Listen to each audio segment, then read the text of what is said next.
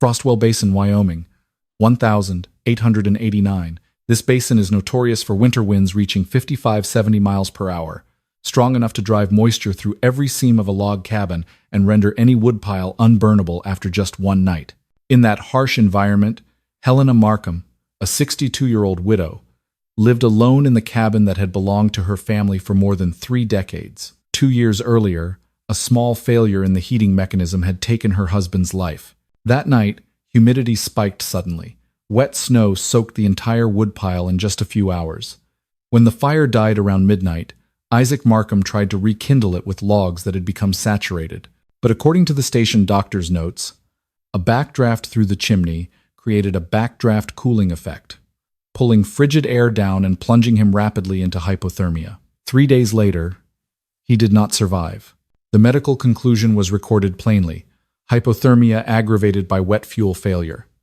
That event turned Helena into someone who understood better than anyone the chain of cause and effect between wind, moisture, and survival. She knew that in Frostwell, wind doesn't just blow, it strips heat from cabin walls, forces moisture in, freezes the wood, and turns the stove into a heat loss mechanism rather than a heat source.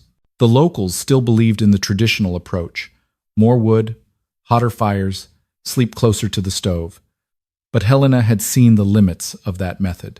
When wood moisture exceeds 25%, combustion efficiency drops below 40%. When the wood surface freezes, the stove's heat is first spent melting the outer ice layer, causing the firebox temperature to plummet quickly, leading to reverse draft and flameout. It can happen in mere minutes. The winter of 1,889 was forecast to bring wet, heavy snow, the kind with high water content, saturating wood twice as fast as dry snow. The danger wasn't just the cold.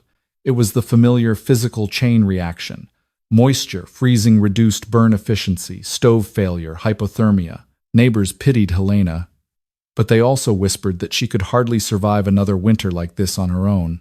The truth was different. She wasn't merely preparing to survive. She was reanalyzing the entire heat equation, the one that had once taken the husband she never forgot. Helena first began to form the idea in early September, when simple observations of wind and humidity showed her that her cabin was steadily losing ground to the coming winter. She remembered Isaac's words, spoken like a fundamental law of frontier life: wind steals heat faster than anything. And she understood it wasn't a metaphor, it was the physical mechanism that had killed her husband. She realized northern winds kept the wood on that side nearly twice as damp as wood stored to the east. The cabin lost heat most severely at the log joints, and when wind carried moisture through the cracks, the entire woodpile absorbed water like a sponge. A single shift in wind direction could render the whole reserve unburnable overnight. The spark of the idea came from a very ordinary observation. Her horse barn was always drier than the cabin, even though its walls were rougher. Inside it, the wind didn't strike the wood directly, and suddenly Helena understood the problem wasn't the quality of the wood, but whether the wind could reach it at all. To test this, she placed 3 bundles of wood in Isaac's old double-walled wooden crate and left them exposed to wet snow for 10 days. When she measured again, the moisture content had dropped noticeably. The small experiment confirmed her suspicion. Eliminate wind, maintain a still air pocket, and allow moisture to escape gradually, the wood would dry itself, even in a damp winter. From that, she drew the critical conclusion for her survival plan. To make it through the winter of 1,889, she had to stop the wind before she could stop the cold. To keep the wood burnable, she had to isolate it from the moist airflow, not just store it under a roof. The idea formed quickly and sharply, like a reflex. She needed a large outer shell around the cabin, not for appearance, but to create a wind-unaffected buffer zone, a still space where wind could neither steal warmth nor deliver moisture to the fuel. The concept of a barn enclosing the house appeared in her sketch in a single morning. She decided to build it as a rudimentary aerodynamic windbreak, with high moisture vents and a thicker north face to reduce wind pressure. The woodpile floor would be raised simply to separate it from ground moisture, no complexity, just correct principle. When she finished the final design, Helena felt both fear, knowing she was betting the entire winter, and a chilling clarity.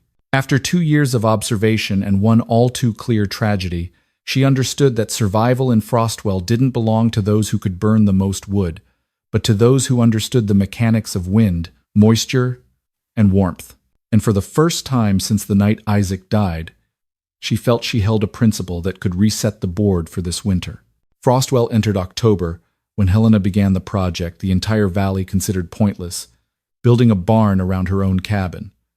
She had no livestock that required a large barn, and she had no help. The forecast called for northern winds of 60-70 miles per hour and sharply rising humidity after waves of wet snow. To Helena, those weren't weather figures, they were wind speeds capable of seeping through every log gap and raising wood moisture by 15-25% in just 24 hours, cutting stove efficiency by up to 40%. She understood this better than anyone. So she walked 14 miles to the Lone Elk sawmill to order the cheapest spruce, light enough for her to handle alone, yet strong enough to withstand high wind pressure. A week later, as she hauled the boards home on the old wagon pulled by her aged mule, many neighbors stopped to watch and laugh. They thought she was rebuilding the old horse barn, and none believed she intended to wrap a second structure around her house. But Helena wasn't building something. She was building a zone of still air. Every calculation revolved around two things: blocking wind movement and separating the wood from moisture. She knew that if she could create an insulating air gap between cabin and barn, heat loss could drop by 15 to 20 degrees Fahrenheit, enough to survive nights below -25 degrees Fahrenheit without doubling the wood burned. Using Isaac's half-broken wooden ruler, she measured every distance, marked every post position. Not perfect, but accurate in the way of someone who understood survival. Enough distance to deflect the wind, but not so much that it created vortices. The hardest phase was raising the outer shell frame nearly 11 feet high, the minimum height needed to force northern winds upward instead of slamming straight into the cabin body. Helena worked through the first gusty days of the season, already reaching 30-35 miles per hour, strong enough to knock her over if she lost balance. But she knew clearly, in this environment, any structure under 10 feet could not effectively redirect wind. When she cut the vent slots, her hands shook not only from age, but from knowing that a single misplaced vent would let wind enter the buffer zone and ruin the entire principle she was staking the winter on. She lined the wood storage area with a thin layer of straw packing, not for insulation, but to isolate it from ground moisture that held an average 18-22% humidity, even on dry days. Passers-by kept making remarks, this time colder. She's building a barn to live in, because she's terrified of the wind. A barn around the cabin? Nobody in Frostwell has ever done that. But Helena wasn't building to be right, she was building to live. She drove each nail deeper than necessary, braced each beam stronger than she believed sufficient. In her mind, every nail was a unit of heat retained. Every board raised was a layer of wind removed from the survival equation. By the end of October, the barn took shape. A large structure enveloping the cabin like a second skeleton, creating the still zone she had calculated for weeks. From a distance, people no longer saw Helena's small cabin, only the new, tall, rough barn standing firm against the strengthening early-season winds day by day. To the community, it was an odd architecture. To Helena, it was the final barrier between her and the physical chain that had once taken Isaac's life. Wind, moisture stove, failure, hypothermia. The barn was complete, but the real winter and its first true test still lay ahead. News of the barn wrapped around the cabin spread faster than any wind through Frostwell Basin. Within a week, 3 neighboring towns, Red Hollow, Winter Creek, and Dawson Ridge, were all passing around the same story. Widow Markham built a house inside a barn.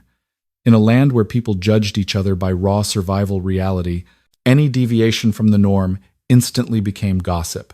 To many, the fact that a 62-year-old widow had added an extra layer around her cabin had only 2 explanations. Either she was terrified of winter, or old age had blurred her sense of what was reasonable and what was delusion. Some women at church whispered that perhaps Mrs. Markham was still affected by the shock of losing her husband.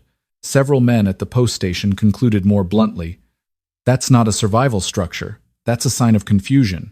Doubt grew so strong that the town inspector, Mr. Wallace Hartzell, rode out to see for himself. He suspected Helena might be illegally converting the house into a storage warehouse, something that had once happened in Dawson Ridge and caused a major fire.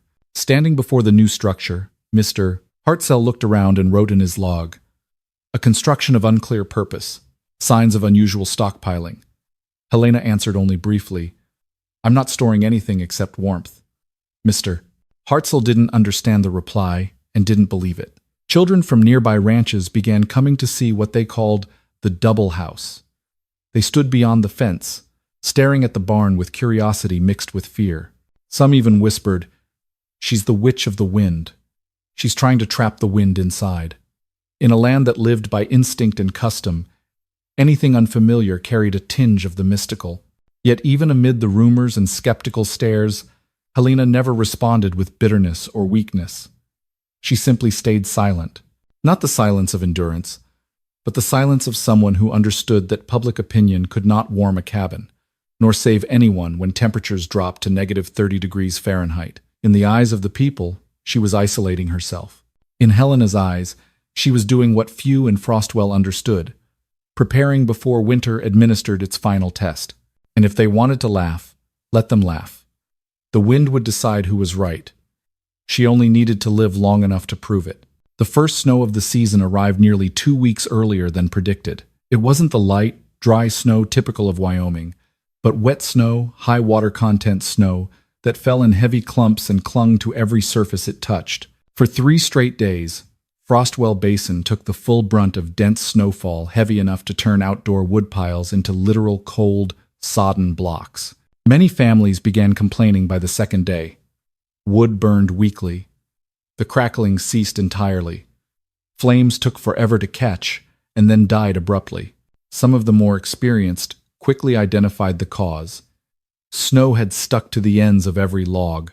Water seeped from the surface inward, raising wood moisture in just 24-36 hours. Once moisture exceeded 25%, the energy from burning went not toward heat, but toward evaporating water trapped in the core. Result: stove lost heat, draft reversed, cabin cooled faster. In Frostwell, this was the familiar script of a bad winter. Yet while the entire valley struggled to keep fires alive, Helena stepped out to the wood storage area inside her new barn. When she pulled the door open, she immediately felt the difference. The air inside was so dry she could see moisture from her own clothing dissipate into the space, and a gentle warmth, not high temperature, but stability drifted out from the wood zone. The bundles she had prepared since September remained uniformly dry. The wood surfaces showed no signs of water penetration. The grain lines stayed crisp and sharp, exactly the state of wood optimized for efficient burning. She didn't need a moisture meter to know her wood remained safely within limits. The barn zone she had created had formed what later researchers would call a wind shadow, a buffer area where wind was blocked and could not make direct contact with wood surfaces. With wind eliminated, moisture could no longer force its way into the wood, as it did in open stacks. At the same time, a moisture gradient appeared between cabin and barn, a natural humidity differential that moved water vapor outward rather than inward, keeping the woodpile below saturation. It was all simple physics. Wind disappears, moisture loses, driving force wood rests in a stable environment. But in the context of Frostwell Basin, where people trusted generational experience more than aerodynamic principles, no one had thought of such things. Word spread quickly that Helena kept her wood dry thanks to that weird barn, but no one fully believed it. They thought she'd just gotten lucky. They said the early season snow hadn't been a real test. Some even said outright, "Wait till mid-January and see. Frostwell never spares anyone just because they added a few extra boards." The community saw the result, but not the cause. What Helena had just demonstrated was only the first part of the survival equation. The early snow wasn't the greatest enemy. Wind and moisture would return, fiercer. And when they did, Frostwell would learn whether her barn-wrapped cabin was merely a joke or a warning the winter itself was sending them. By late November, Frostwell Basin entered a weather phase that even the oldest residents admitted they hadn't seen in 3 decades. After 3 days of wet snow, temperatures spiked unexpectedly due to a surge of warm air from the south. In less than 18 hours, readings climbed from -5 degrees Fahrenheit to nearly 33 degrees Fahrenheit. Snow began melting en masse.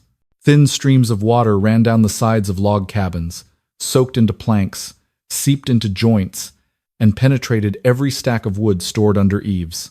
No house escaped. With wall logs, the absorbed water only chilled the surface, but with firewood, It was disaster.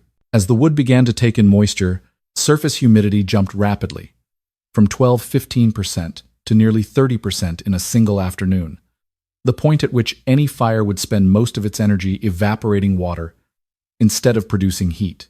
Many families rushed out to cover their wood piles, but it was too late. Logs that had been seasoned all summer now turned soft, heavy, and began to give off the cold, damp smell, clear sign that water had penetrated beyond the surface. But the biggest anomaly was yet to come. While Frostwell was still trying to adjust to the unseasonal warmth, the wind direction suddenly reversed. A mass of cold air from the north plunged down abruptly, dropping temperatures straight to -27 degrees Fahrenheit in just a few hours. A thermal shock locals called a snap freeze, the kind that could freeze wood surfaces instantly and turn any unprotected reserve into a solid block of ice. That evening, virtually all outdoor wood in town underwent thermal freezing water, embedded in the logs, hardened from the core outward, so that logs clacked together with the dull, heavy sound of stone. When wood in that state was brought into the stove, it didn't ignite. It absorbed heat, rapidly lowered firebox temperature, produced sudden bursts of steam, disrupted draft, and forced smoke back into the cabin. During the first snap freeze night alone, many stoves in Frostwell went out completely. Some families had to keep getting up to fan the flames, but reverse draft through the chimney made relighting nearly impossible. Smoke clung to ceilings. Draft chaos. Heat loss.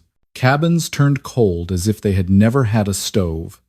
By midnight, the Harris family home on the edge of town reached critical condition.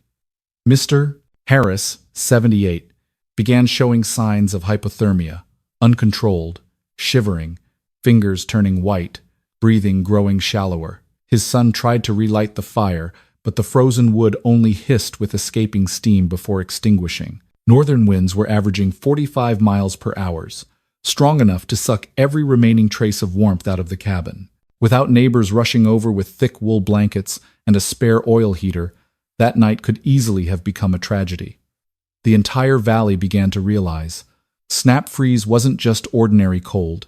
It was the absolute test of moist wind, wood moisture, and each home's ability to retain heat. But while Frostwell sank into thermal chaos, Helena Markham's cabin operated almost unaffected. Wind shifted, the barn blocked it. Snow melted, then refroze?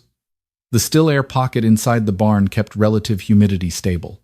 Stove weak? Not at all. Her wood remained as dry as early season, estimated moisture below 15%, a state that could ignite with a single match and a bit of kindling. During the snap freeze night, temperature inside Helena's cabin held steady at 52–55 degrees Fahrenheit, an unusually high figure in Frostwell conditions, where most other cabins barely managed 38–42 degrees Fahrenheit even with strong fires. Helena sat by the stove, turned a log over, and listened to the crisp, dry, crackling sound in the air.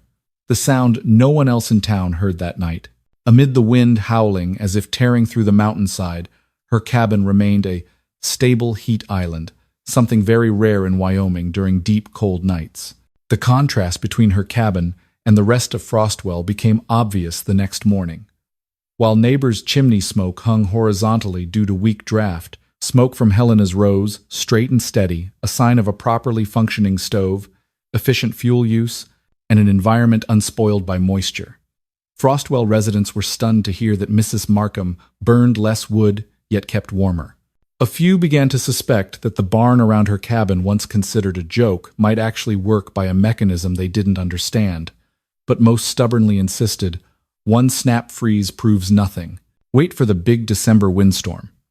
They didn't yet know that the December storm would be the one that changed all of Frostwell, and when it arrived, they would have to confront what Helena had prepared for months earlier while they had not.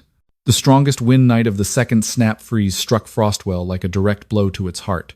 The blizzard didn't drop much snow, but northern winds reached 65–72 miles per hour, strong enough to rip away even the eaves already accustomed to Wyoming winters. Inside cabins, many fires had gone out early.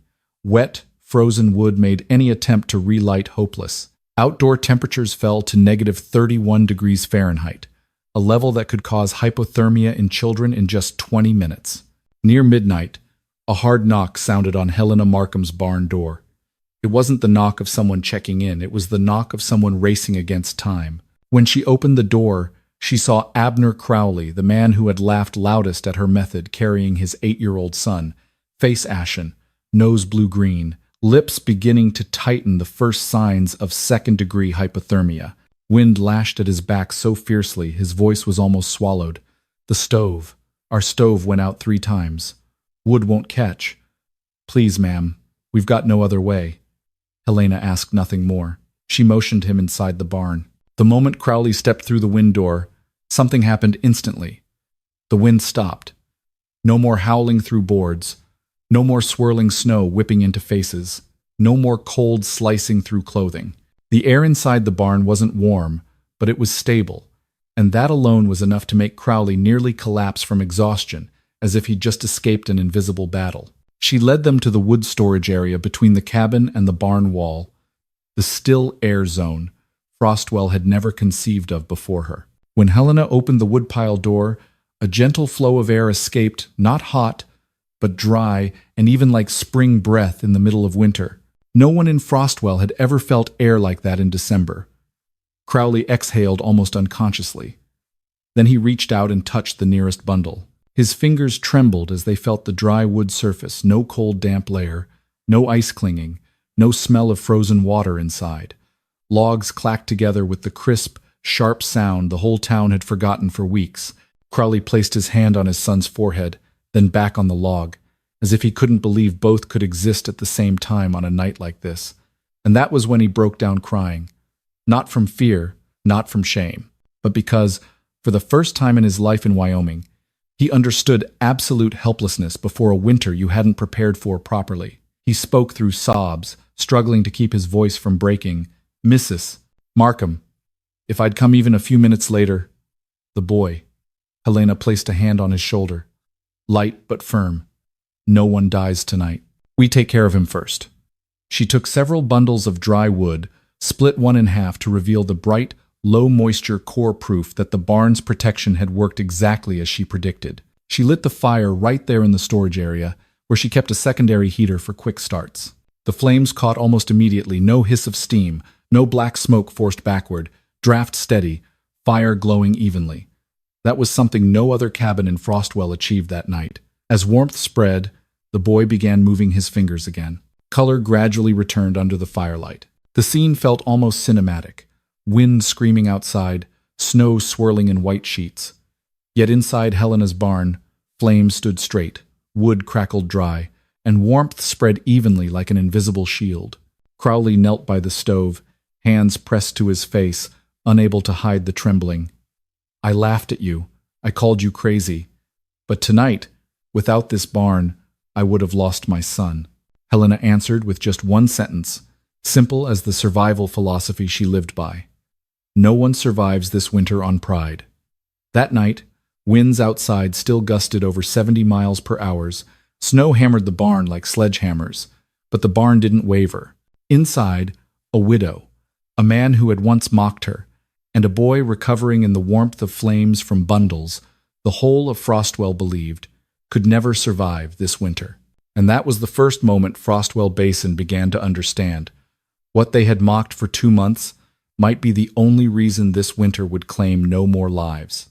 The next morning, as winds eased to about 20-25 miles per hour and a weak sun began filtering through gray clouds, the entire Frostwell Basin seemed to share one reaction. They wanted to know what had happened inside Helena Markham's barn the night before.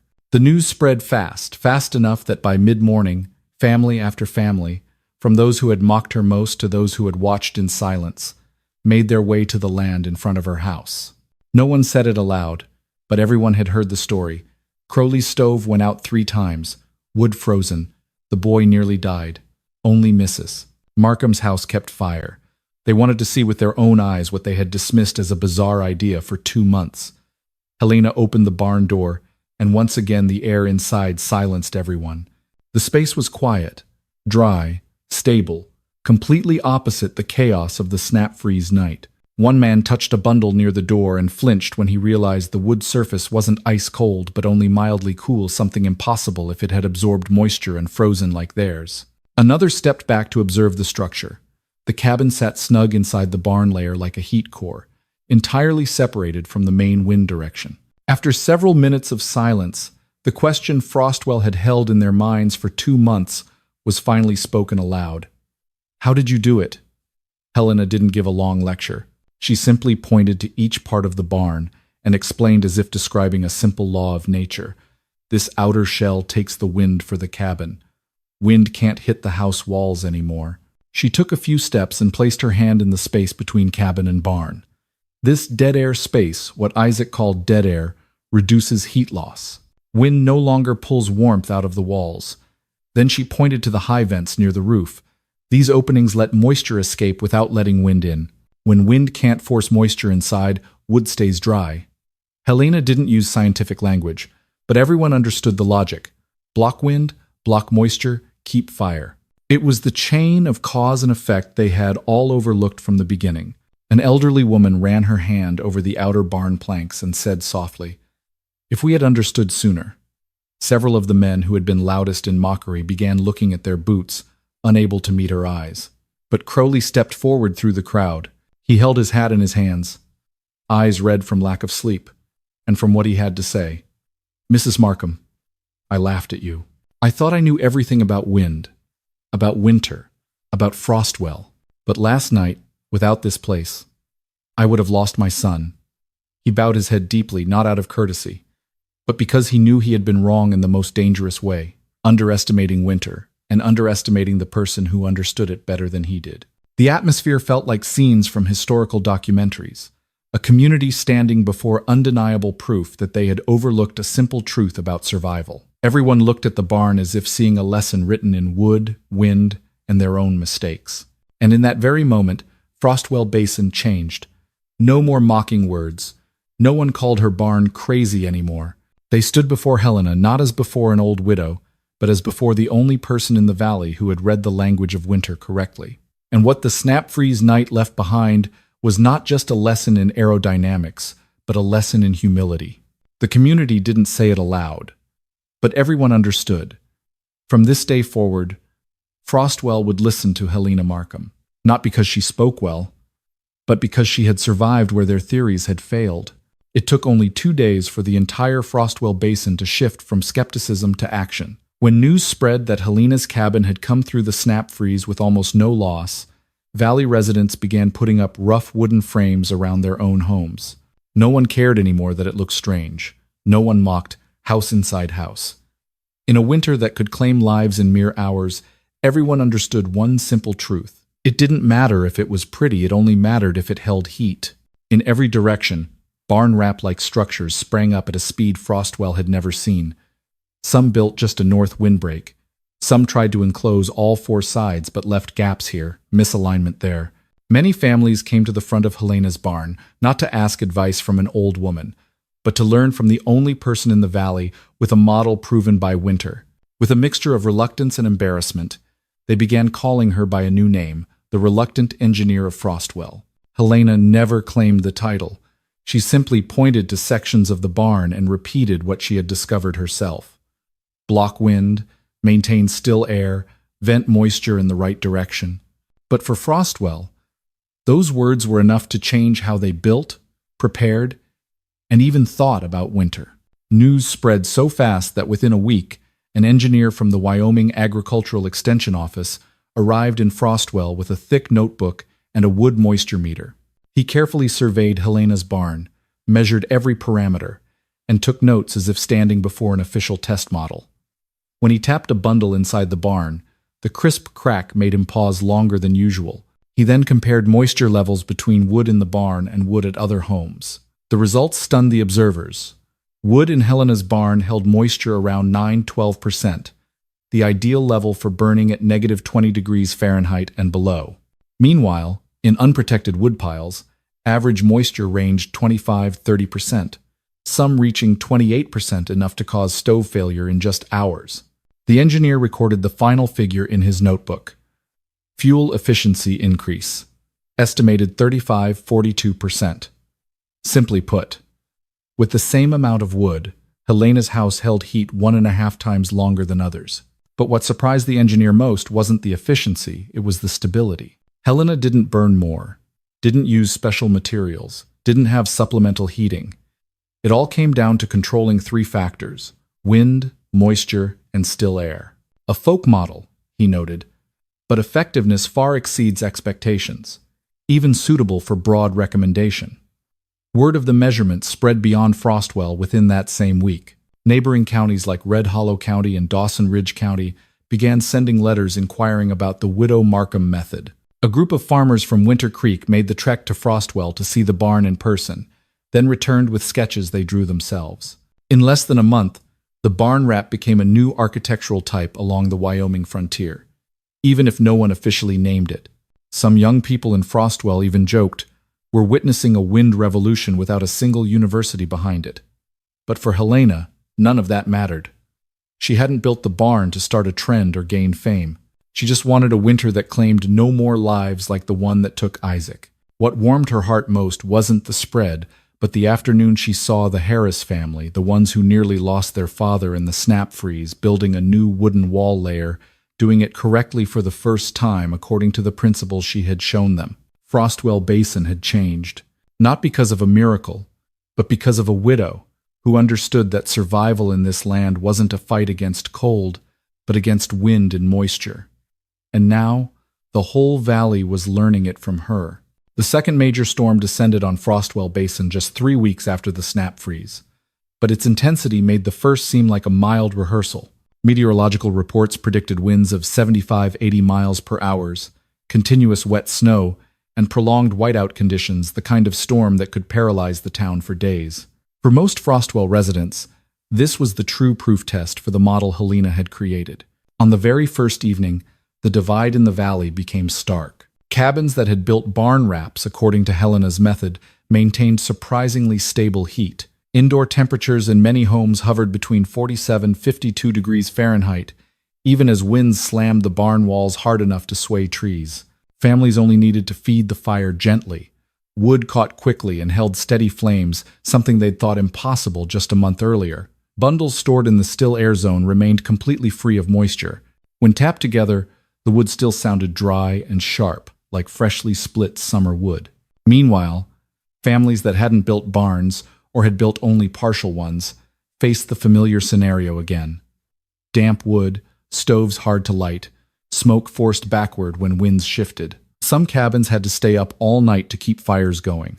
Some resorted to oil lamps to prevent room temperatures from dropping to dangerous levels. And some began to realize their mistake too late.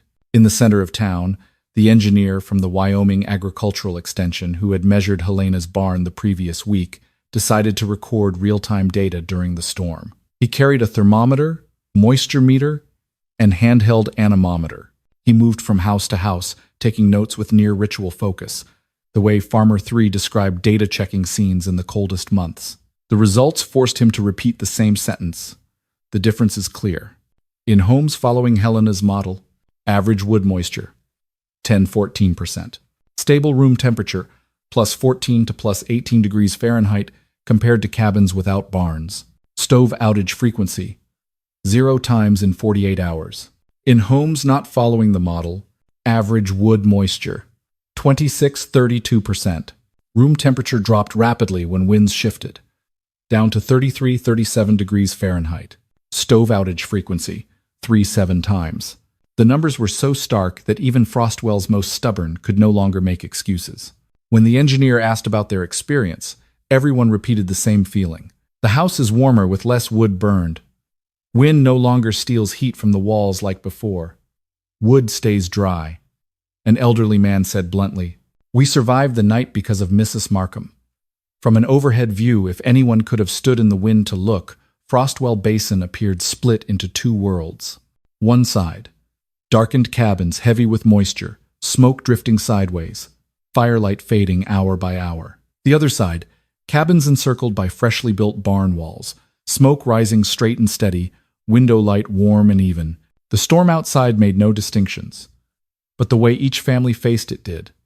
In that second storm, Frostwell didn't just see a difference in technique, they saw the difference between preparation and surrender. And everyone knew who had prepared correctly from the very beginning. Quietly, They began to acknowledge Helena Markham hadn't just survived the winter. She had changed how the entire valley faced it. That winter closed with the fewest casualties in Frostwell Basin history, and no one denied that it began with a widow living on the valley's edge. When the ice thawed and spring winds blew gently across the mountainside, the people of Frostwell decided to do something they had never done for anyone before: erect a memorial plaque at the entrance to town. On thick-grained wood, the carvers etched the words the community had agreed upon after much debate. Helena Markham. She built against the wind and saved more than her own winter. It wasn't a fancy slogan.